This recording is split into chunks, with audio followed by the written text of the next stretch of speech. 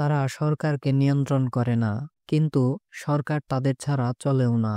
তারা জনসম্মুখে আসে না, কিন্তু তাদের প্রভাব বিশ্ব রাজনীতিতে সুস্পষ্ট।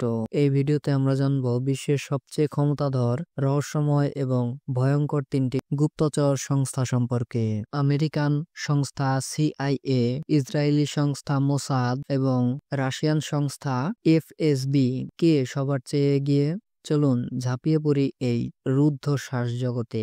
আমেরিকার ছায়াময় হাত সিআইএ বা সেন্ট্রাল ইন্টেলিজেন্স এজেন্সি যুক্তরাষ্ট্রের সবচেয়ে বিখ্যাত এবং আলোচিত গোয়েন্দা সংস্থা। প্রতিষ্ঠিত হয় 1947 সালে, সোজা দ্বিতীয় বিশ্বযুদ্ধের পর। এদের মুখ্য কাজগুলো হলো বিদেশে গোয়েন্দা তথ্য সংগ্রহ করা, রাজনৈতিক ও সামরিক হস্তক্ষেপ, সাইবার গোয়েন্দা, গোপন মিশন পরিচালনা করা। এদের কিছু আলোচিত অপারেশন হলো ইরানে 1953 সালে সরকার পতনে ভূমিকা, আফগানিস্তানে সোভিয়েতদের বিরুদ্ধে মুজাহিদদের সাহায্য, ওসামা বিন লাদেনকে হত্যার অভিযান 2011 সালের। তাদের ক্ষমতা এতটাই বিশাল যে বলা হয় সিআইএ যদি চায় একটি দেশের সরকার বদলে দিতে পারে। তাদের রয়েছে গুয়ান্তানামো বন্দিশালা, জিজ্ঞাসাবাদের নামে নির্যাতন, মিথ্যা তথ্যের ভিত্তিতে ইরাক যুদ্ধ।